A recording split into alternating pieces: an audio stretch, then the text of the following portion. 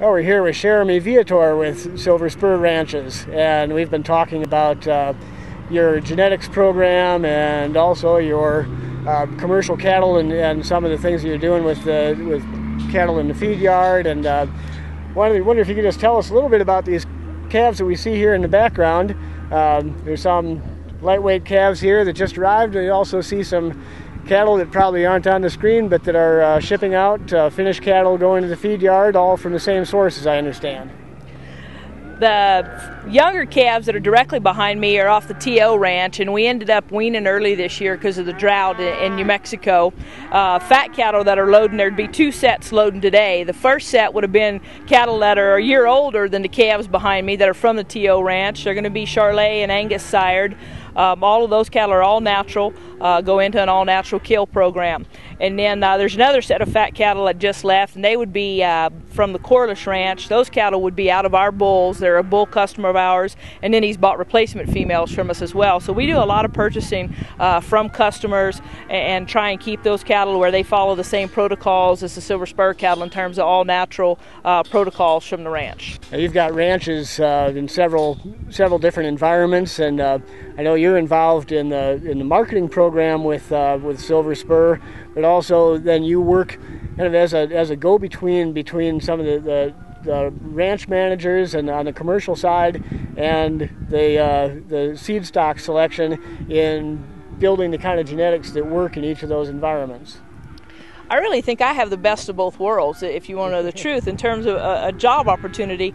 My responsibility is to implement the vision of Thad York, the owners of the ranches, and then to hit the genetic targets. We've made some changes in terms of the type of genetics that we run, and because of the diversity of the environments that we run in, we're going to find or utilize a female that's really easy fleshing, a female that has to have enough muscle to her because of our requirements in terms of we retain ownership and everything. So that's really important. That female, of course, she has to be sound, she has to be fertile, but when we get to the yard, her progeny have to work for us here in the yard and then have to work for us on the rail, as well as we expect those females in the seed stock operation to produce a replacement, whether it be a bull or a female. So the challenges are wide, and we are making some changes in our Red Angus and Angus herds. The Charolais cattle obviously we use as a terminal cross, and again the Herefords we use on the female side. So we're trying to put the right cattle in the right places in those environments and just stick to the really basic concepts that a commercial cowman needs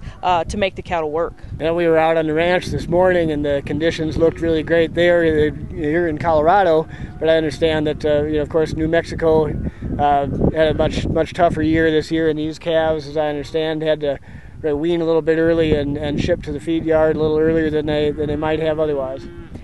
It hadn't been fun in New Mexico and in Texas, and I sure feel for those folks down there. And it's not only grass that's a challenge, but it's beginning to be water.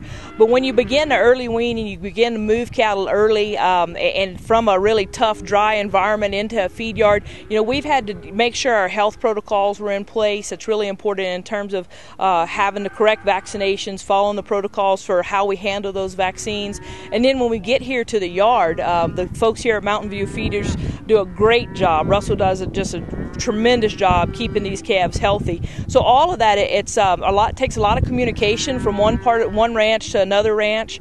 And like I said, it's unfortunate that we're in this drought down there in the southern part of the United States when there's such an oasis of grass, and it just really been a nice year up as you move further north. That's just one of the challenges that at Silver Spur we have to deal with, is those environmental challenges from north to south. And I think that's just part of being in the cow business. I understand it also provided you a little bit of an opportunity this year by having that diversity, to move some heifers up to Colorado and put them on some grass that'll be able to keep them in better condition through the rest of the season.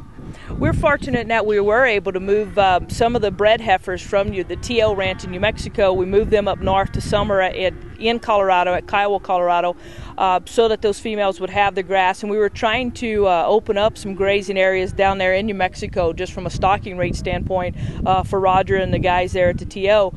And I think it's important in a drought condition like this to look at not only where we are today, what's happening, but to look forward in terms of, yes, they've begun to get a little bit of rain down there in New Mexico, but it's not time to move those cattle back. I think we need to wait and give our ground some time to heal up before we begin to go back and build those numbers back. That's going to be really important as it is going to rain again in New Mexico and it is going to rain again in Texas. I'm confident that that's going to happen, but I think we have to be cautious of how we go about putting cattle back in that country too.